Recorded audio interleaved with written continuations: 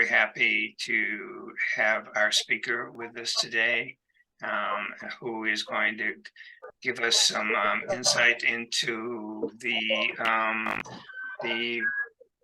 different aspects of caregiving. And Dr. Chanel, thank you for being here today, and thank you for being up so early in the morning to be with us today. And please introduce yourself, and I'm going to make it so that you can share your screen with you, because I know you have a presentation. So, Dr. Chanel, if you can introduce yourself, I'm going to spotlight you. Thank you. Hello, everyone. I am in California, so good morning, good afternoon, good evening to everyone. A pleasure being here. So thank you very much for the invitation. A little bit about myself before moving into the presentation. So I am a published author of several faith-based books that are actually coming out. Another one is coming out in a few months. I'm also the founder of Esther's Daughters, LLC, which is a faith-based organization that is geared towards equipping single mothers with leadership, parenting, and all those things in between. I am also a blogger for a faith-based blog called Doing Life with Christ. And I've been in the helping profession for approximately 26 years. And so I have been, or I have served in the capacity of social worker, primarily with children, as well as adults, individuals 60 years and older. My current capacity is in leadership, where I have the opportunity to lead supervisors and social service practitioners or social workers who investigate abuse among individuals who are 60 years and older, as well as adults with disabilities. And so within that capacity as well, I have the opportunity to work with many caregivers and ensuring that they are working and moving from a space of self-care as much as possible, because part of assisting individuals and making sure that they have their needs met is making sure that as caregivers, they are taking care of themselves as well. So we see burnout quite a bit and feeling overwhelmed. And so that is definitely where I will be honing in on today, and just making sure that we are having that balance as caregivers, as we are serving others. So again, a pleasure being here. Thank you very much. So you can go right into your presentation. I think I made it so you can share the screen. So you should be fine bringing up your slides.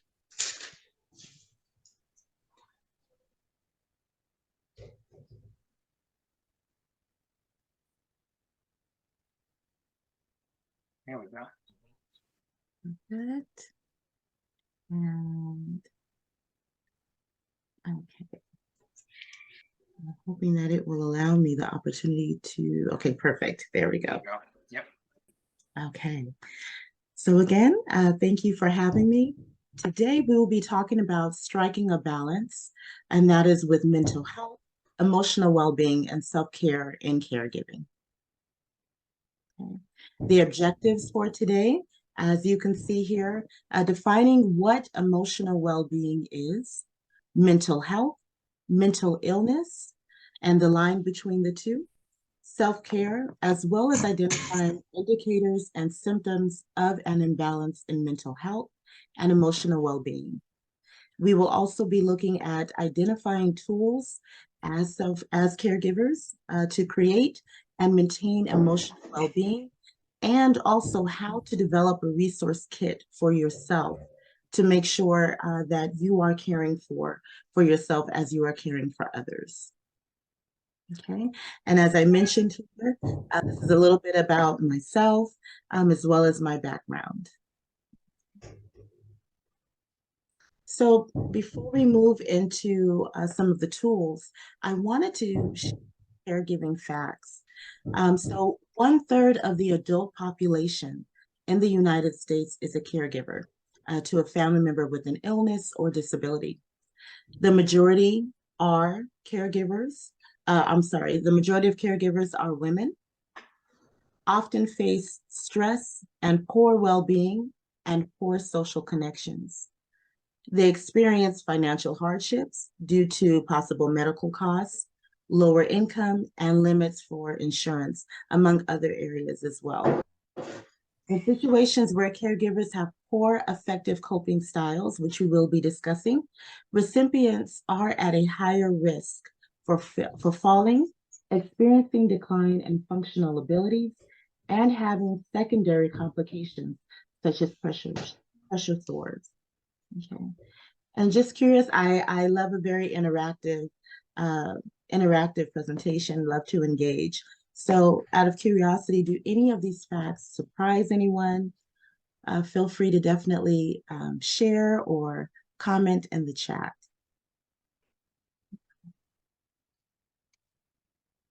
Now, let's get into emotional well-being, mental health, and self-care, okay, and what the difference is among the three. So when we're looking at emotional well-being, we are primarily looking at the emotional quality of the individual's everyday experience. This involves the frequency, intensity of experiences consisting of various emotions. But more simply, truly emotional well-being is your ability to cope with life stressors. Okay, there are two different coping strategies, as I mentioned during the objectives. We have problem-focused and emotion-focused coping. So problem-focused is a type of coping strategy where the individuals focus on resolving the issue, whatever the issue or situation may be.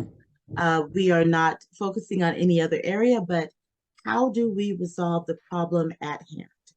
Okay. In contrast, the emotion-focused coping. This is where we are focusing not on the problem, but we are now focusing on emotions, the emotions that we are experiencing.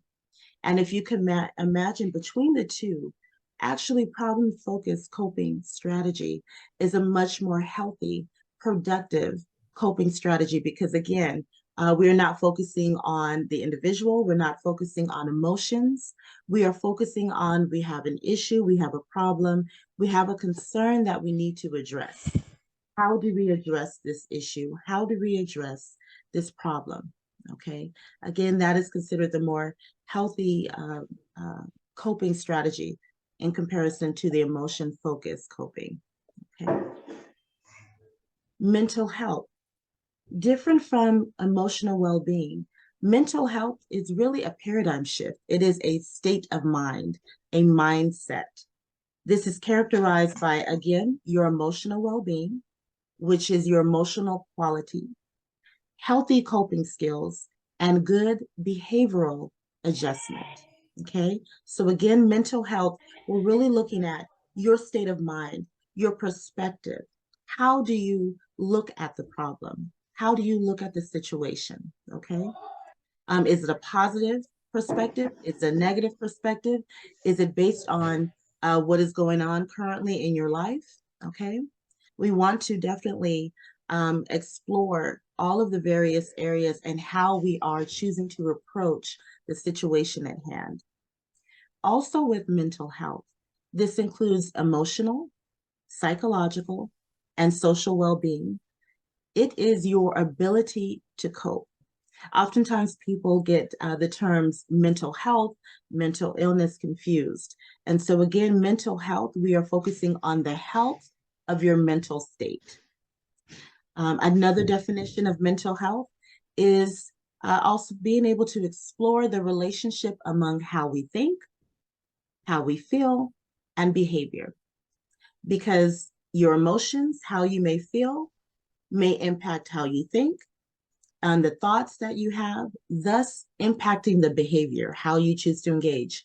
If I am feeling upset, if I am feeling angry, for instance, as a caregiver, if you are feeling overwhelmed, for instance, and perhaps the individual whom you're assisting, they may need some help or need additional help that day, and you are already not in a good place, you are upset about something, that is now, that feeling of being upset is now going to impact how you think. It's going to impact your thoughts. You know, why am I here? This individual may not be appreciative of what I'm doing, Or, I have this stressor on my mind. I have a concern about income. I'm not bringing in enough income. And now this is impacting how you choose to behave. Okay. That behavior might be negatively impacting the individual whom you're serving. Okay. So where you may not be attentive to their needs.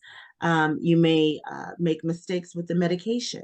You may be a little rough or um, uh, difficult when it comes to caring for the individual, thus possibly causing abuse, contributing to abuse.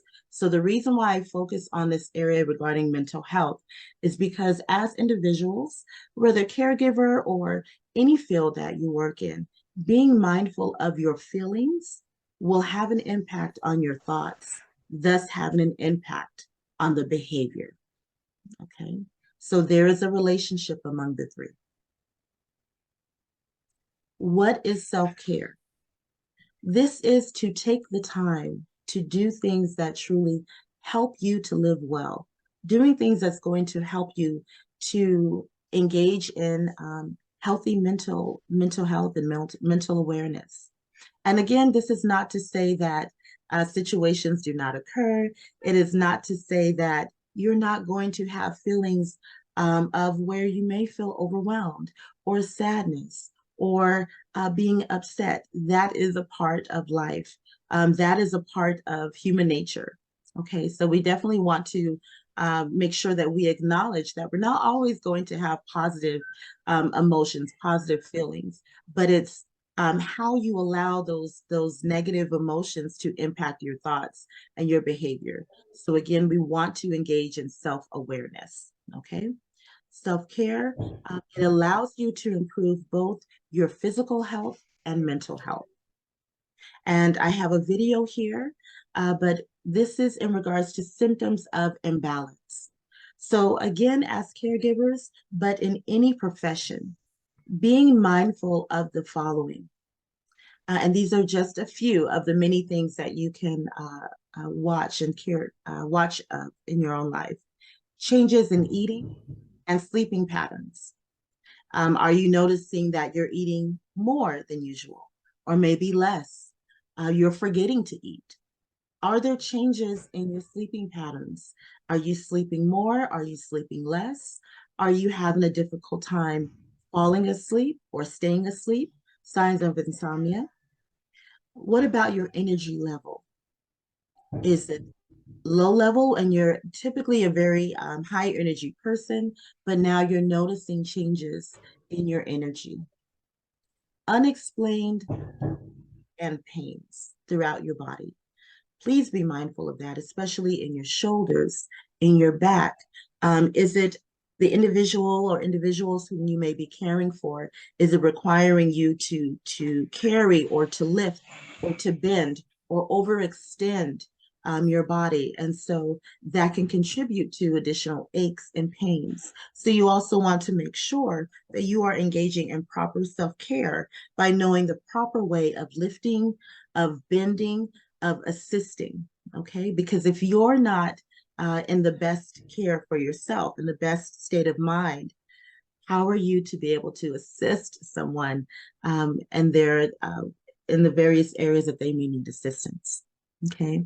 Other symptoms of imbalance: poor coping skills. Again, we talked about problem focused versus emotion focused coping skills. We want to ensure that we are focusing on the problem, addressing the problem or the situation at hand, okay? As well as addictions and or addictive behaviors. We want to be mindful of that, be aware of that, and not only identify those areas, but what are we doing to resolve them, okay? Alcohol and or substance abuse, and poor interpersonal relationships. Okay. And again, these are some of the symptoms of imbalance, but there are several others. And so I would like to share a video with all of you. And one moment.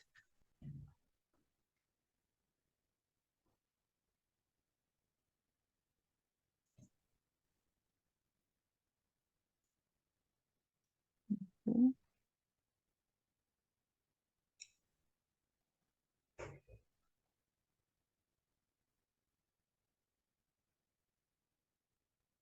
And please let me know if you are having a difficult time seeing it or hearing. And do you see the video there? With healthy aging, signs of caregiver Yes, burnout. yes, we see it. Thank you. It's Okay. not running yet, but we see You it. are a caregiver and you're experiencing burnout and you don't address it, it can be detrimental to the care of your loved one and of yourself. It's similar to being on an airplane and putting on your own oxygen mask first. You can't help somebody else until you help yourself. Caregiver burnout really is individual to each person, but there are some common early warning signs that as a caregiver you may experience. You may develop depressive symptoms. You may become easily frustrated or short-tempered. You may have a lack of quality sleep or a good sleep routine. You may find yourself becoming socially withdrawn, and you may experience more illness due to lack of self-care.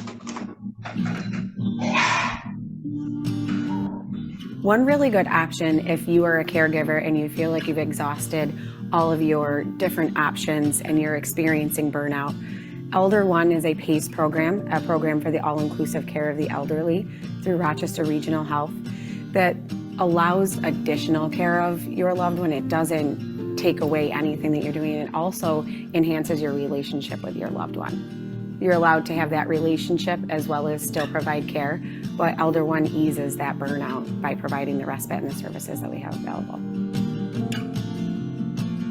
It could decrease your ability to have a good functional relationship with the person that you're caring for, and it can also come out in other aspects of your life because oftentimes as a caregiver, you're not just taking care of your loved one, but you have responsibility to your own job, your spouse or your partner, or your children. So your inability to stretch yourself that thin without recognizing those signs of caregiver burnout can negatively impact you and the care of your loved one.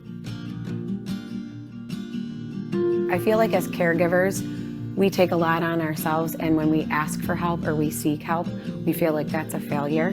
But with my experience of taking care of my mom, seeking community supports with a care team has enhanced my relationship to be able to be her daughter while also making sure that she is provided with safe, quality care.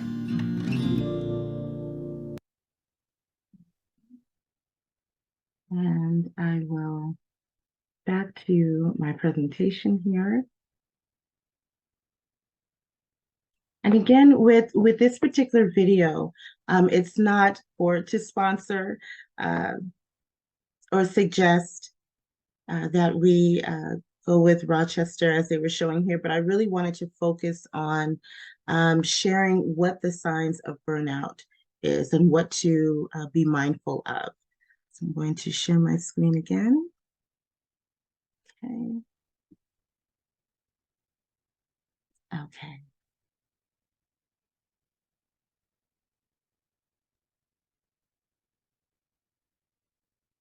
Okay. And any questions so far?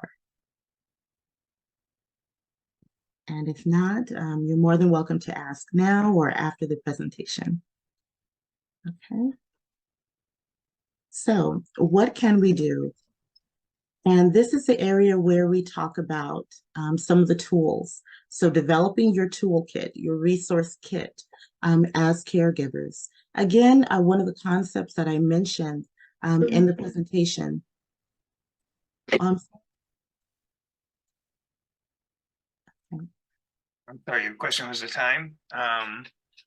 As far as, hold on, what time is it now? 9:27. We've got about another 15 minutes, but you want to leave some time for questions, and we do have the inductions at the end. So, thank you. Okay, and so again, being mindful, self-awareness. You are the best individual to monitor concerns within yourself, your mindset, any physical concerns, ailments, medical conditions, changes in your body. And oftentimes your family, those closest to you, friends, those whom you are around will ask, or we'll just be observant of some concerns. They may be the one to bring up to you, I've noticed that you're sleeping more, or I'm noticing that you're eating more, or maybe not eating as much. I'm noticing that you are not engaging in your typical hobbies that you were before. You loved going out with your friends when you had the time to do so, or going out with your family when you were able to find that additional time. But now I'm noticing that you're more so staying to yourself. Is there anything wrong? Is there anything that we can do to help you? Okay. So again, self-awareness, and also the awareness or comments, observations from those closest to you. Another tool, one that is vital, is to develop a network of support. And oftentimes, especially in the caregiver world, it is primarily the caregiver and the individual or individuals who they are serving, whom they are assisting. And so it is important to develop a network of support, whatever that looks like for you. That can look like a spouse, that may come in the form of friends. That also may come in the form of your church family or organizations. Within this organization, individuals who are there, who you can seek social support from, emotional support, as well as physical support. And what I mean by physical support is respite, for instance, where, maybe once a week or once every couple weeks, you like to go on a date night with your spouse or your significant other, or maybe go out and just have time for yourself. Get your hair done, or go to the spa, or maybe just staying within your home, but not having to be concerned about caring for or assisting for someone else, because perhaps you have arranged for someone else to come in and assist the individual so that you're able to engage in respite. Again, with respite being really time for yourself, okay?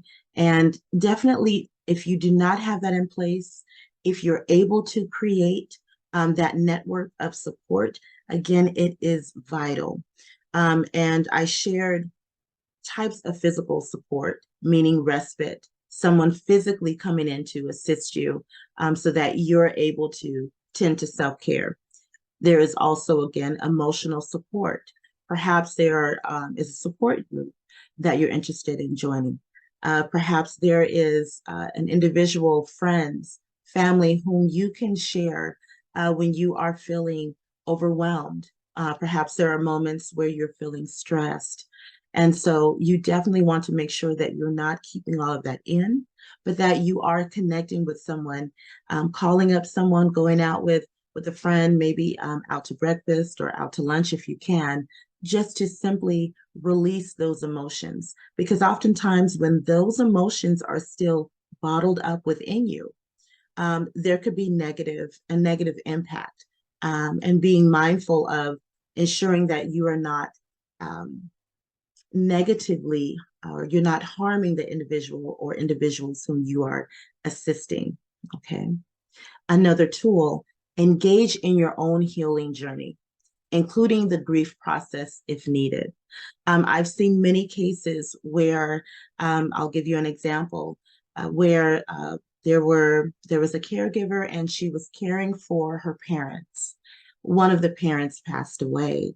And so she jumped right in to make sure that she was there to assist her mother, but she did not engage in the grieving process within herself at the loss of her father. She overcompensated, and so she threw herself into her work, caring for her mother and also working, but now working even more hours. And so burning the candle on both ends. She was not engaging in self-care because she was not wanting to engage in the grieving process. And so again, any type of loss, that might be someone who has passed, that may be the demise of a relationship or marriage, that may be, it could be various areas, whatever that loss may mean to you as an individual. but it's important to identify that change, that loss, and go through that grieving process, whether it is a grief support group, whether it is, again, developing your network of support, but it is vital that you also engage in your own healing journey, because when we do not, it always shows up in another area. And most of the time, it's not a positive thing, okay? Other areas or other things that you can do. Clinical therapy. I am a strong proponent to clinical therapy.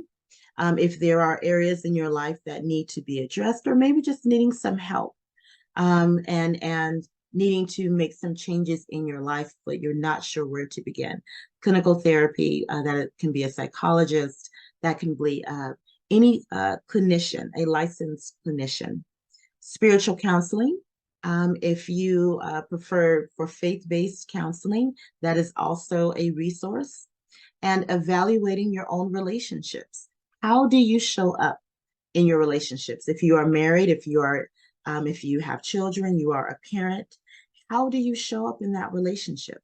If you work outside of the home, or if you work within the home, in addition to caregiving, how are you showing up in those relationships with your caregiver and with your supervisor, or if you work in a leadership capacity? Being mindful of that as well. Other areas, identify stressors in your life. Definitely introduce or establish, maintain an exercise regimen. Your sleep regimen as well, being mindful and developing a healthy sleep regimen, okay, if you can. Attend your medical appointments. Develop healthy outlets, okay, again, staying away from addictive behaviors and addictions. Respite, as I mentioned just a little while ago, developing respite for loved ones. Again, that is if someone can come into the home and assist you and provide care for the individual or individuals whom you care for. And this respite allows you to step away and have some self-care. And it's really up to you how often you'd like for that to occur. And also healthy coping skills, as we mentioned. And these are just some of the areas, but there are many areas that you can grow and develop resources in. Okay. Now, this is an exercise here, and I believe this is the last slide. I want to be mindful of my time here. Okay. Now, I'm going to share this with you.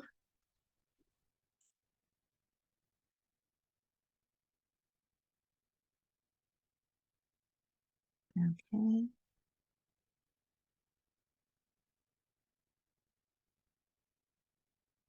And perfect. And so this is an exercise here that I encourage for everyone. And really, this is, how do you develop emotional well-being? And it is by developing goals, a wellness plan, if you will. And so what I would suggest is, not at this time, but definitely feel free today or throughout the week.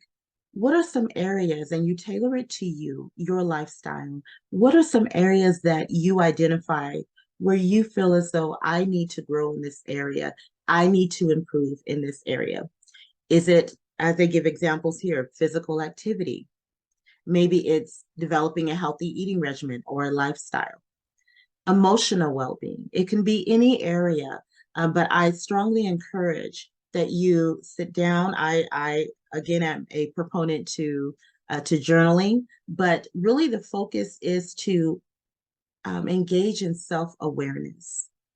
So over the next few days, if you're able to, or over the weekend, whenever you're truly able to have some free time, truly look at every area in your life, especially as we're coming to the end of the year. I also suggest to do this as well towards the end of the year, as well as any milestones in your life, or any areas or any times when you feel as though, I feel as though I am imbalanced and I need harmony within my life.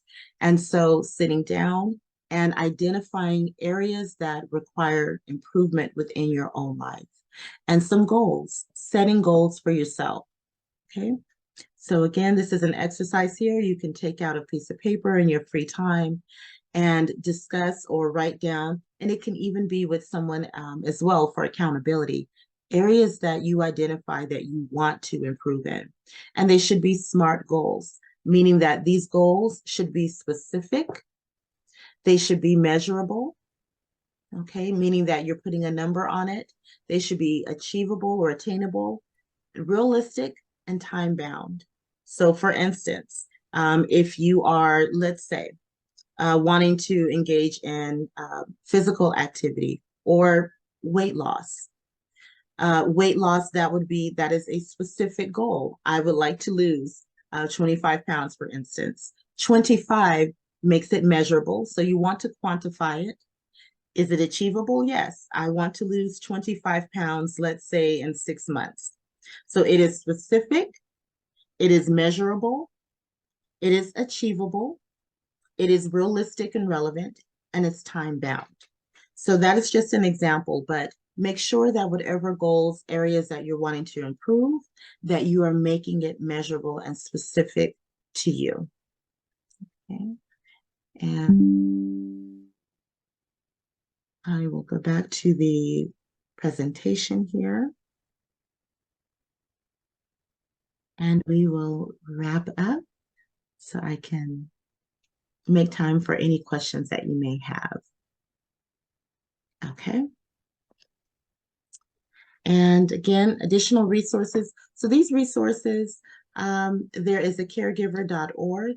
So there's information on how to care for another, as well as health conditions, being mindful of various health conditions within yourself, okay? As well as family caregiver services. This is primarily within the United States. And this one here, forming alliances, wealth of resources that is international, okay? And so please let me know if you'd like for me to leave this slide up if you wanted to jot anything down, or I can definitely make sure that I provide this information for you. Yeah, if you can actually, I have it here. If you could send it to me when I put it up on YouTube, I'll put those connections on the text with the YouTube video. Perfect. Thank you. Okay. And the way to get started is to quit talking and begin doing. And these are different ways to contact me if you have any additional questions or comments, but I'd like to definitely open it up for any questions that you may have for me. Thank you, Doctor. Very much appreciated, and it's very helpful. And we've been trying to get Dr. Advocacy in here, and she's finally made it in. She's had a little trouble getting in, but she's here. And I know she's working on a support group for caregivers.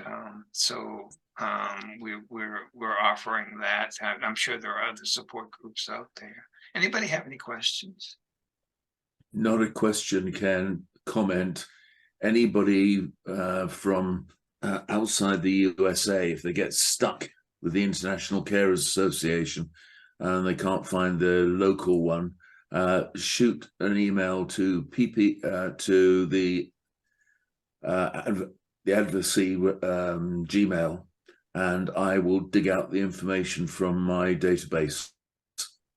Okay, great, thank you, John. And Dr. Sylvia has her hand up. Hi, it is a pleasure to finally have a conversation of caregivers. I'm a mother of 3. I have 2 special needs kids. And sometimes, as much as you know, we don't have respite resources. I'm thinking of probably setting up down here in Africa. But like the past 1 week, when you were talking, it's just exactly what I've just been like, okay, this is like ticking the boxes. Like, I don't want to go out. I don't want to be invited anywhere. And these are the things that I've always wanted. I just want to stay home. And as much as I'm trying to do it, to be with my kids, my perseverance levels have also dropped. You understand how autistic kids can be a handful. Yeah. But at the same time, there is nowhere practically to run. Like I'm trying to sleep, my head is not shutting down because I also run an organization that's the support groups and a lot of advocacy. But how do I switch my head when I just want to sleep and it's not happening? And there is just too much to do. You try sleep, you feel guilty. I don't know if it makes sense, but there is that level where you just feel like the only thing I said is like, God, let me just get sleep, even if it's 2 hours, you know. What are sort of the activities when you're in this space where the things that you used to run to feel rejuvenated no longer interest you? Because now, of course, everyone starts to notice, and it's not like you're depressed, but you're just tired. Yeah, you could probably just give a small highlight on that. Thanks. Thank you for that. Thank you for that question, Dr. Sylvia. Yes, and actually I worked with individuals with special needs, children through adulthood. And so I do definitely understand from your perspective. It is a very unique position. And so a couple of the things, one of the main things that I would suggest is developing a support system. It's not uncommon, the symptoms and the things that you're sharing, the experience that you're having, the fact that you are self-aware, that you are saying, okay, I'm noticing these areas and I now need to do something. It sounds that you could be moving into a space of exhaustion, and that's what's concerning. And moving into burnout if not being able to address it now. So one of, again, the main things that I would suggest is developing a support system. And I'm not sure how comfortable you feel engaging in this forum. And definitely if you'd like to speak further, I'm definitely open. But I wanted to ask, are there individuals in your circle, family, friends, within the organization, within various groups that you may be a part of, who can help assist you? Because also as caregivers, there are many times when we may not feel comfortable asking for help. And there may be someone or individuals who are open to helping.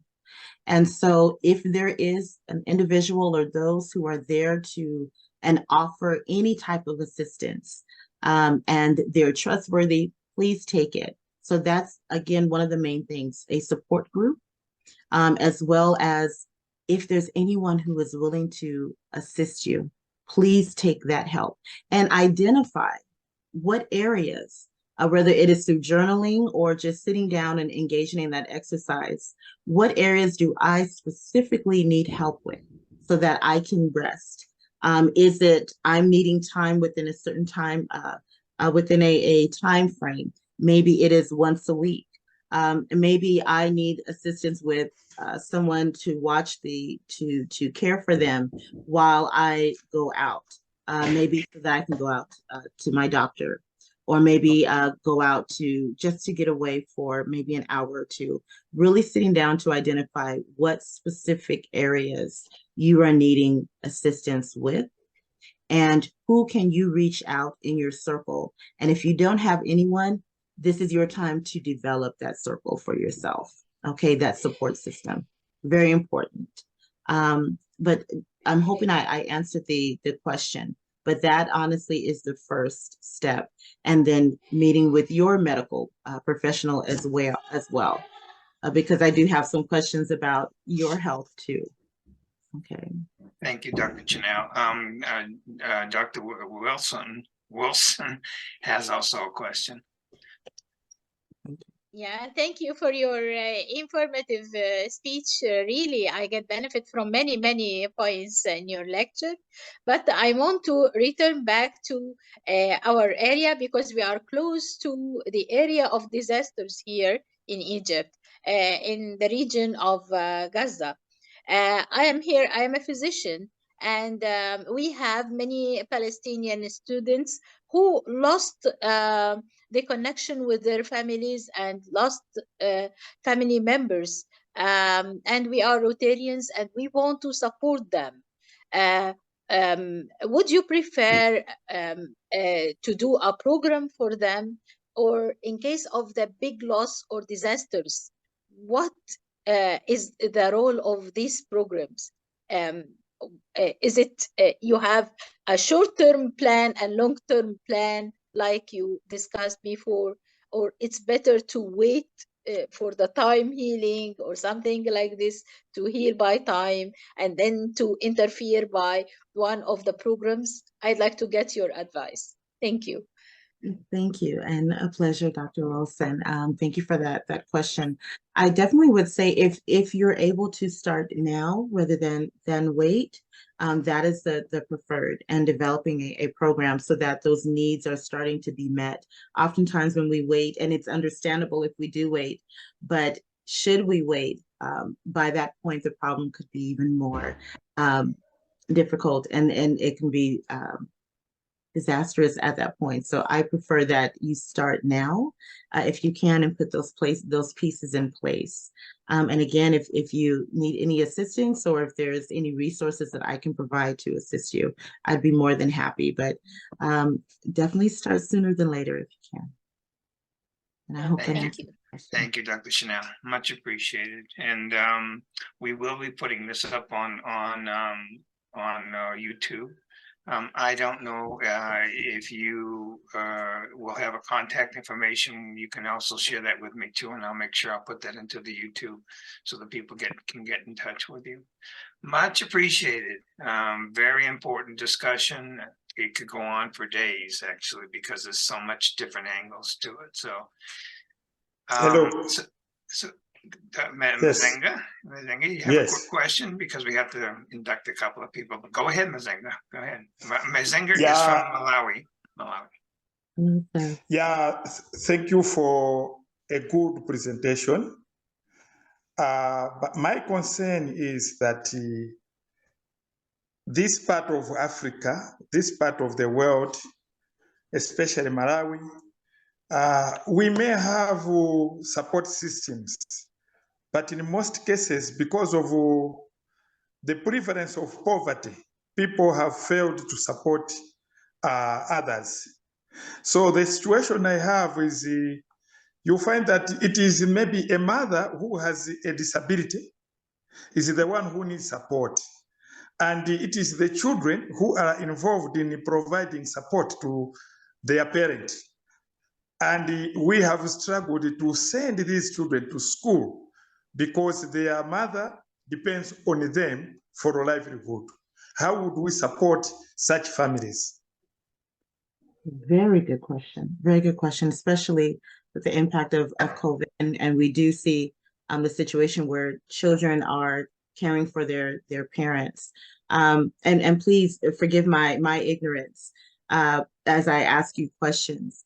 Is there an opportunity for schooling within the home, or for assignments to be sent to the home where they're able to still engage in some level of schooling in the home?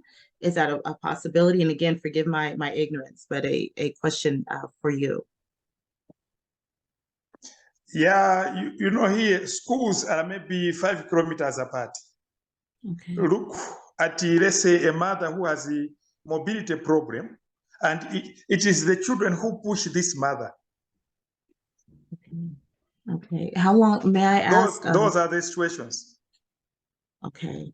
And that is very unique. I'm curious to know, are there any organizations or churches in the area where they're able to develop a type of schooling situation once a week for individuals who are in that situation? It is very difficult because even other families need to fend themselves for survival. So they cannot look into another family's issues. And usually what you have to know, doctor, is that deliberately, women with disabilities, there is a belief that it's only her children who can help her. And you know that the way their condition is, even men do not propose them. So they arrange someone within their kins to reproduce with such women, so that the offspring should be wholly involved in the caring of their parent. So how do we black out this child who has been born specifically to perform this work? And that is a very, I would need to do some research on that. And again, my apologies, because I do want to make sure that I'm providing accurate information and helpful information. But I would need to do additional research to see how we'd be able to support you. But that is a very unique situation. And thank you for sharing, because that's concerning, because we also want to make sure too that the children are getting the services that they need, the schooling that they need. But if it's okay, may I do some research and then get back to you on that question? Yeah, I'll put the two of you in touch with each other so we can have the Thank you, continue the Dr. conversation. Dr. And, Advocacy. Yes. Thank you. And, Dr. Chanel already respect. I was trying to just share my, just the recommendation that we can always do a research, on that. And then, everyone's case is just different. It's case by case basis, and we'll work with people in different groups according to their own special needs. And so, if you can just send these questions to the email that Mr. Young presented earlier, then we can follow up on that. And I think that's it. That's quite a general question, which we can all research. But thank you so much, Dr. Serano. I missed the part of the presentation due to internet connectivity issues. We always appreciate you coming to do the presentation for our club. Thank you. We appreciate you. Thank you. Yeah, Thank you yeah, for having me. Thank you very much. And that was a great question, Masenga. And a lot of people may have the same question.